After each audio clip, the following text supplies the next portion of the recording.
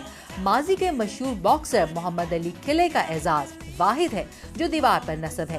کہا جاتا ہے کہ محمد علی نے محمد نام کو پیروں کے نیچے آنے سے بچانے کے لیے اپنے نام کا سٹار دیوار پر لگوانے کی شرط رکھی تھی۔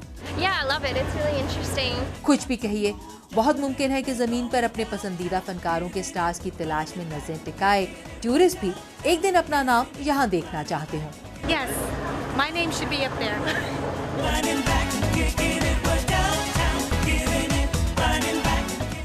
That was a lot of fun. اور اب عائشہ خالد ملوا رہی ہیں ہمیں کراچی سے تعلق رکھنے والے اداکار اقبال تھیبا سے، جو نظر آتے ہیں امریکن ٹی وی اسکرینز پر، اور ہو سکتا ہے آپ میں سے بھی بہت سے لوگوں نے کیبل پر آنے والے مختلف امریکن ٹی وی شوز میں انہیں دیکھا ہو۔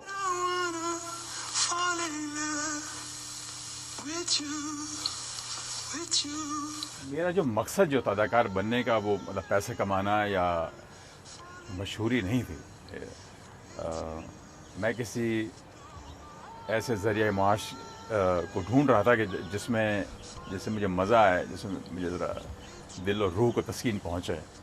بہت ممکن ہے کہ بعض لوگوں کو اقبال تھیبا کی یہ بات مکالماتی لگی، لیکن ایک ہاتھ میں کنسٹرکشن انجینئرنگ مینجمنٹ کی ڈگری اور دوسرے میں ایک روشن مستقبل رکھنے کے باوجود اداکاری کی جانب آنے والے اقبال کے لیے یہ محض مکالمہ نہیں تھا۔ انہوں نے اپنی روح کی تسکین کے لیے اداکاری میں بھی یونیورسٹی سے ڈگری لی۔ ہالی ووڈ سارے اداکاروں کو جو ہے نا سب کا دل توڑتا ہے، سب کے خواب جو ہے نا چکنا چور ہوتے ہیں۔ 99.9% لوگ جو ہے نا وہ کبھی بھی جو ہے نا روزی نہیں کما سکتے۔ لم اقل ابدا باني لم تك على رحيلها۔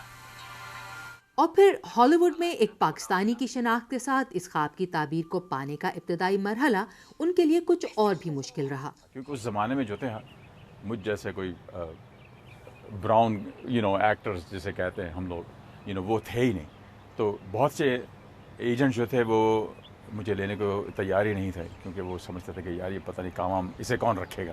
مجھے باقاعدہ کہا گیا کہ بھائی I don't think anyone is looking for someone like you، مگر یہ کہ مجھے کرنا تو تھا ہی، لگے رہے۔ اور ان کی یہ مستقل مزاجی ہی ہالی ووڈ ٹی وی کی دنیا میں ان کی کامیابی میں مددگار ثابت ہوئی۔ میں اپنے آپ کو کافی خوش قسمت سمجھتا ہوں کہ تقریباً پچھلے کوئی یوں سمجھ لیجیے کہ 1994 سے تقریباً کوئی 18 سال سے جو ہے میں اپنی روزی اداکاری کے ذریعے ہی کماتا ہوں۔ اپنی بیگم کی عدم موجودگی میں ہمارے لیے چائے کا اہتمام کرنے میں مصروف اقبال تھیبا پہلے جنوبی ایشیائی تھے جنہوں نے 90 کی دہائی میں امریکی ٹی وی کے لیے قومی سطح کے کئی کمرشلز میں کام کیا۔ لوگوں نے انہیں مقبول ٹی وی شوز نپ اینڈ ٹک، 1.5 مین، سائنفیلڈ، کمیونٹی وغیرہ میں دیکھا۔ آج کل وہ نوجوانوں کے ایشوز پر focused Fox T V channel کے شو گلی میں ایک اسکول پرنسپل کا کردار ادا کر رہے ہیں۔ Go team, and they spelled out 2 games. This all happened on your watch. You have allowed this to go on for years. Say something! مگر ایک بڑا عجیب سا کردار ہے وہ، کہ وہ ایڈمنسٹریٹر ہے، مینیجر ٹائپ کی، اس کے خواب وہ میرے خیال سے دیکھا کرتا تھا کہ کوئی سی ای او بنے گا کسی بڑی کارپوریشن کا، لیکن بیچارہ وہ پھنس گیا کہاں؟ اوہایو میں، چھوٹے سے ہائی اسکول میں، اور اسی کو سمجھتا ہے کہ بس وہ ایک طرح سے اپنے آپ کو خدا سا سمجھتا ہے۔ اکیڈمی ایوارڈ کے لیے شرمین عبید چنوائے کی نامزدگی کے بارے میں اقبال کہتے ہیں کہ شرمین جس مسئلے کو سامنے لے کر آئی ہیں اس کی اہمیت کے باعث ان کا کام آسکر سے کہیں زیادہ اہم ہو گیا ہے۔ دیکھیے کہ پاکستان کے لیے کتنا بڑا اعزاز ہے، آج تک کوئی پاکستانی جو ہے نامینیٹ ہوا ہی نہیں ہے۔ اگرچہ اقبال تھیبا جلد ہی پلینگ فیلڈ نامی ایک فلم میں بھی نظر آئیں گے، لیکن وہ کہتے ہیں کہ ٹی وی ہو یا فلم، ان کے لیے صرف اداکاری کا کام ملنا اہمیت رکھتا ہے۔ ان کی ذاتی رائے میں اس وقت ٹی وی پر بہتر کام ہو رہا ہے۔